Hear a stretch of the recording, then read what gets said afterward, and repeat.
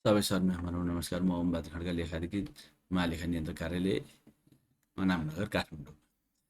चालु आब 83-84 पाम्स भिटु प्रणालीमा फर्म दर्ता गर्ने विषय, सूची दर्ता गर्ने विषयमा केही संशोधन भएको छ। संशोधन भएको विषयहरूलाई हजुरहरू माझ यो सानो भिडियो ट्युटोरियल मार्फत पेश गरेको छु। सबैभन्दा सुरुमा हामीलाई स्टोर किपरको बिहाफमा प्राप्त भएको युजर नेम र पासवर्ड इन्ट्री गरेर सिस्टम लगइन गर्छौँ। सिस्टम लगइन भइसकेपछि हामीले यो पाम्स भिटु प्रणालीमा रहेको 3वटा मेनुमध्ये प्रणाली व्यवस्थापनमा क्लिक गर्छौँ। प्रणाली व्यवस्थापनभित्र क्लिक गरेपछि फर्म सम्बन्धी विवरण भन्ने छ, यसमा क्लिक गर्छौँ। फर्मसँग सम्बन्धित विवरणमा क्लिक गरेपछि फर्म सूचीकृत गर्ने भन्ने एउटा मेनु अहिले यो चालु आवामा देखिएको छ। विगतका वर्षहरूमा चाहिँ फर्म सूचीकृतका मुनि अर्को मेनु पनि थियो, फर्मको सीमा तोक्ने भन्ने। त्यो फर्मको सीमा तोक्ने विषयलाई चाहिँ चालु आवादेखि हामीले हटाइदिएका छौँ। फर्मको सीमा पनि फर्म सूचीकृत गर्दैकै बखतमा राख्ने गरी फारममा संशोधन गरिएको छ, सुधार गरिएको छ। त्यो विषय मैले हजुरहरूलाई जानकारी गराएँ। अब फर्म सूचीकृत गर्दा फर्मलाई सूचीकृत गर्दाखेरि यो फर्म सूचीकृत गर्ने फारम हामीले क्लिक गर्छौँ, यो मेनुमा क्लिक गर्छौँ। मेनुमा क्लिक गरिसकेपछि विगतमा भन्दा चालु आवामा फरक भनेको चाहिँ विगतमा हाम्रो सिधै एड न्यू मात्रै थियो। चालु आवामा चाहिँ हामीले विगतमा सूचीकृत फर्म चालु आवामा दर्ता गर्ने भन्ने एउटा मेनु थप गरिदिएका छौँ। यो थप भएको विषय हो यो फर्मको सीमा फर्मको सूचीकृत गर्ने विषयमा। विगतमा हामीले कुनै फर्म सूचीकृत गरिसकेका छौँ, कारोबार पनि गरेका छौँ। कारोबार गरिसकेको फर्मलाई चालु आवामा पनि हामीले एक्टिभेट गराएर काम गर्नुपर्ने अवस्थामा हामी यो मेनु मार्फत जान्छौँ। विगतमा सूचीकृत भएको फर्म चालु आवामा दर्ता गर्ने विषयलाई चाहिँ हाम्रो सार्वजनिक खरिद ऐन 2063 र नियमावली 2064ले प्रत्येक वर्ष नै हाम्रो फर्म सूचीकृत गर्नुपर्छ, सूचीकृत हुनुपर्छ भन्ने विषय उल्लेख गरेको छ। तर विगतमा हामीले कारोबार गरिसकेका छौँ। कारोबार गरिसकेको फर्मलाई चालु आवामा उसले चालु आवामा पेश गरेको कागजातका आधारमा मात्रै ल्याउने हो। सरले एकदमै बुझ्नुपर्ने विषय चाहिँ त्यो छ। चालु आवामा उहाँले निवेदन दिनुहुन्छ, फर्म दर्ता भएको प्रमाण पेश गर्नुहुन्छ, कुन विषयमा उहाँ सूचीकृत हुन चाहनु भएको छ, सूचीकृतको क्षेत्र के हो, त्यो विषय उल्लेख गर्नुहुन्छ र कर चुक्ता समेत पेश भइसकेपछि मात्रै हामीले विगतमा सूचीकृत फर्मलाई चालु आवामा दर्ता गरेर अगाडि बढाउन सक्छौँ। सबै कागजात प्राप्त भएपछि गर्ने विषय हो यो। विगतमा हामीले कारोबारै गरेका छैनौँ, एकदम विशुद्ध नयाँ फर्म छ भने चाहिँ हामीले नयाँ फर्मलाई कारोबार गर्नु पर्यो भने चाहिँ एड न्यूबाट जान्छौँ। अब विगतमा सूचीकृत भएको फर्मलाई चालु आवामा कसरी ल्याउन सकिन्छ भन्ने विषयलाई अलिकति हेरौँ। हामीले विगतमै सूचीकृत भएको फर्मलाई चालु आवामा ल्याउँदैछौँ भने विगतमा सूचीकृत फर्म चालु आवामा दर्ता भन्ने यो एउटा मेनु छ, यसमा हामी क्लिक गरौँ। क्लिक गर्ने बित्तिकै सूचीकृत भएका फर्मको पान नम्बरबाट खोजी गर्नुहोस् भनेर हामीलाई एउटा डायलग बक्स आएको छ, डायलग बक्स प्राप्त भएको छ। यो भनेको चाहिँ विगतमा हामीले कारोबार गरिसकेको फर्मको पान नम्बर राखेर त्यो सूचीकृत भएको फर्मलाई चालु आवामा ल्याउने प्रक्रिया हो। हामीले विगतमा कारोबारै गरेका छैनौँ, हामीले एकपटक पनि त्यस्तो फर्महरूलाई सूचीकृत गरेका छैनौँ भने चाहिँ त्यस्तो फर्म चाहिँ हाम्रो चालु आवामा सूचीकृत गर्न सकिँदैन। त्यो चाहिँ हाम्रो यहाँ डाटा नै यसले रिट्रिभ गर्न सक्दैन, डाटा भ्यालिडेसनै हुँदैन। हामीले विगतमा काम गरिसकेको फर्मलाई मात्रै ल्याउनको लागि हामीले यो मेनु प्रयोग गर्छौँ। विगतको सूचीकृत भएको एउटा फर्म छ, उदाहरणको लागि हामीसँग यो एउटा कुनै फर्मको प्यान नम्बर थियो, त्यो प्यान नम्बर मैले यहाँ राखेँ। प्यान नम्बर राखेर मैले सर्च गरेँ। सर्च गर्दाखेरि यहाँ डाटा रिट्रिभ भयो भने यो फर्म चाहिँ हामीसँग अगाडि पनि हामीले सूचीकृत गरेर काम गरेका रहेछौँ भन्ने देखाउँछ यसले। हामीले सूचीकृत छैन भने यो डाटा प्राप्त हुँदैन, एड न्यू गरेरै जानुपर्छ त्यसको लागि चाहिँ।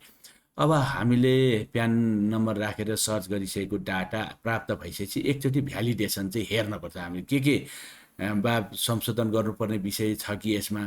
जस्तै उदाहरणका लागि हामीले सूचीकृतको प्रकार परिवर्तन गर्नुपर्ने पनि हुनसक्छ। कुनै बेला आपूर्ति थियो, निर्माण राख्नुपर्ने होला, निर्माण थियो, आपूर्ति बनाउनु पर्ने होला, कुनै बेला परामर्श भनेर राख्नुपर्ने होला।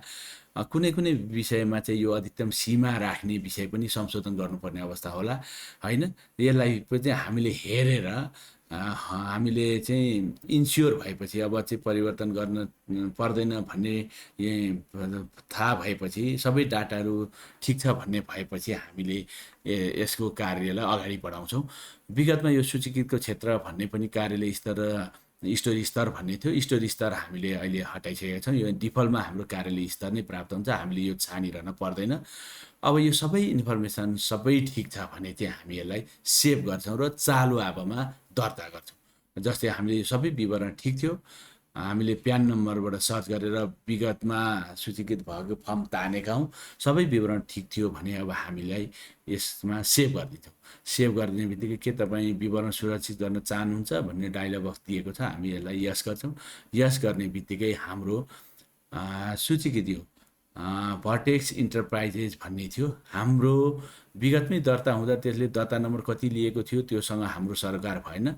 चालु आबोमा चाहिँ यो भर्टेक्स इन्टरप्राइजेस भनेको हाम्रोमा 3 नम्बर सूची दर्ता नम्बर 3मा दर्ता भएको छ।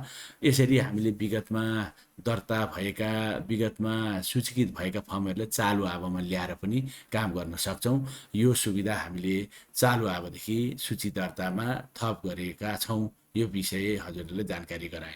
अब हामीले अर्को भनेको चाहिँ विशुद्ध नयाँ छ, नयाँ फर्मसँग कारोबार गर्दैछौँ भने चाहिँ हामीले एन्ड्युबाटै जानुपर्छ। त्यसमा चाहिँ प्यान सरबाट हामीले खोजी गरेर ल्याउन सक्दैनौँ। यो सूचीकृत फर्मको विवरण इन्ट्री गर्ने फारम हो।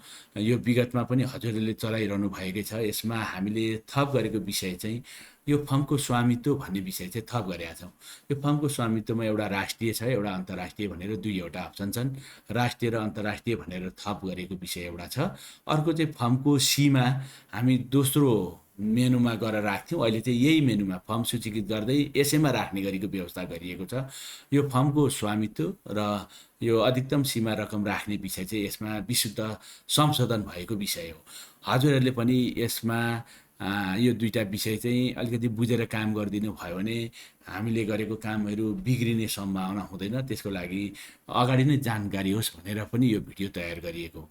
अब यहाँ राष्ट्रिय भनेर छान्नु भयो भने चाहिँ राष्ट्रिय कस्तो अवस्थामा छान्ने भने हामीले सूचीकृत गर्ने फर्म चाहिँ नेपालकै फर्म हो, नेपाल राज्यभरि मात्रै त्यसले कारोबार गर्छ भन्ने लाग्छ भने चाहिँ हामीले यहाँ राष्ट्रिय भनेर छान्छौँ।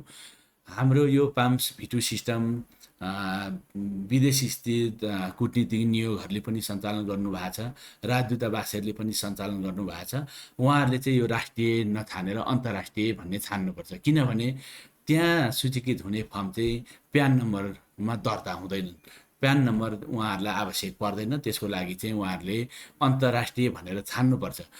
यदि हामीले यो फर्मको स्वामित्व अन्तर्राष्ट्रिय भनेर छानेका छौँ भने यहाँबाट पान नम्बर नै हट्छ। पान नम्बर त्यसमा चाहिँ म्यान्डेटोरी गरिएको छैन। तर राष्ट्रिय यो फर्म सूचीकृत गर्दैछौँ भने चाहिँ यो प्यान नम्बर अनिवार्य छ। यो कुरा चाहिँ राष्ट्रिय र अन्तर्राष्ट्रिय भनेको नेपालभित्र चलाउनेले राष्ट्रिय भनेर छान्ने, विदेशी नियोगले अन्तर्राष्ट्रिय भनेर छान्नुहुन्छ। यसमा हजुरहरू क्लियर हुनुभएको छ।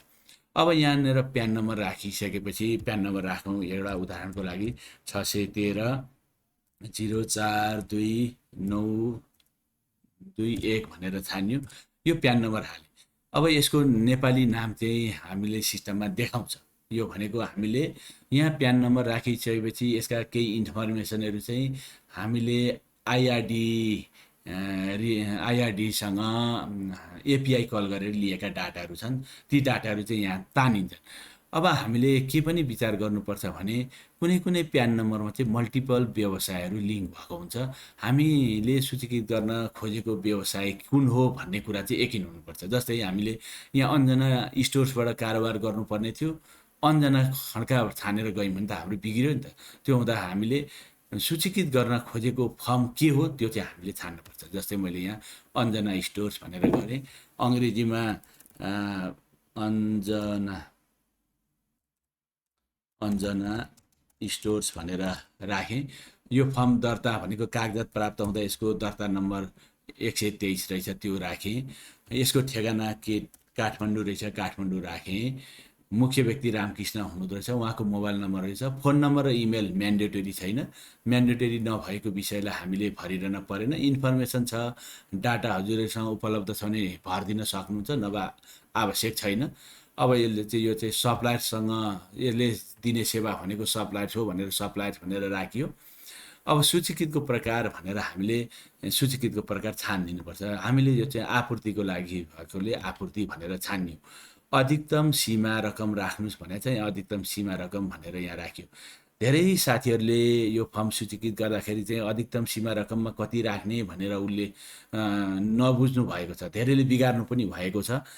हामीले यो फर्मलाई सूचीकृत गर्दाखेरि यो सूचीकृत भएको फर्मसँग कति बराबरको कारोबार गर्छौँ त्यसको अधिकतम सीमा राख्नुहोस् भनेको छ। त्यो अधिकतम सीमा कति राख्ने भन्ने विषय चाहिँ सार्वजनिक खरिद ऐन र सार्वजनिक खरिद नियमावलीले निर्दिष्ट गर्छ। त्यहाँ भएको व्यवस्था यदि हामी सोझै खरिद गर्दैछौँ भने त्यो फर्मसँग वर्षभरिमा गरिने कारोबारको अधिकतम सीमा भनेको 10 लाख रुपियाँ हो। यदि निर्माणको काम गर्दै हुनुहुन्छ भने अधिकतम सीमा 10 लाख रुपियाँ हो। परामर्श सेवा गर्दै हुनुहुन्छ सोझै भने 5 लाख रुपियाँ हो। मर्मत सम्भारको काम गर्दै हुनुहुन्छ भने 5 लाख रुपियाँ हो। हामीले त्यसैको आधारमा यो सीमा हामीले यकिन गर्छौँ। जस्तै अब हामीले बोलपत्रबाट गरेका छौँ, सिलबन्दीबाट गरेका छौँ भने चाहिँ हामीले कार्यदेश दिएका दिन कति रकमको एग्रिमेन्ट भएको छ त्यो एग्रिमेन्ट भएको अधिकतम रकमलाई ल्याएर यहाँ राखिदिने हो हैन। हामीले यसले खोजेको अधिकतम रकम भनेको त्यो फर्मसँग कति कारोबार गरिन्छ अधिकतम त्यो खोजेको हामीले खरिद ऐन र नियमावलीको व्यवस्था बमोजिम यहाँ राख्छौँ।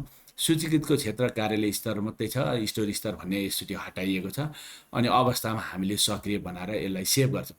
सेभ गरिसकेपछि हाम्रो चाहिँ यो फर्म पनि कारोबार गर्नका लागि सूचीकृत हुन्छ। सूचीकृत भएको फर्मसँग मात्रै कारोबार गर्न सक्छौँ। हामीले यसलाई सेभ गरेर अगाडि बढ्न सक्छौँ। यो पाम्स V2 सिस्टममा चालु अब 83-84मा यो फर्म दर्ता गर्ने सूचीकृत गर्ने विषयमा परिवर्तन गरिएको विषय यति नै हो। यो विषय चाहिँ मैले हजुरहरूलाई जानकारी गराएँ। यसैलाई आधार मानेर हजुरहरूले पनि दैनिक यो पाम्स V2 सँग रिलेटेड कामहरू अगाडि बढाउनु हुन अनुरोध पनि गरेँ। अब हामीले विगतमा भएको यो सूचीकृत गर्ने अनि सूचीकृतको भएको फर्मलाई फेरि अर्को फारममा गएर त्यसको सीमा राख्ने विषयलाई चाहिँ सुविधा होस् भनेर एउटै फर्ममा कम्पाइल गरेर पेश गरेका छौँ। यसैमा टेकेर हजुरहरूले पनि आफ्नो काम अगाडि बढाउनु होला। हस्त धन्यवाद। यति नै कुरा राखेर मैले हजुरहरूसँग बिदा लिएँ। धन्यवाद।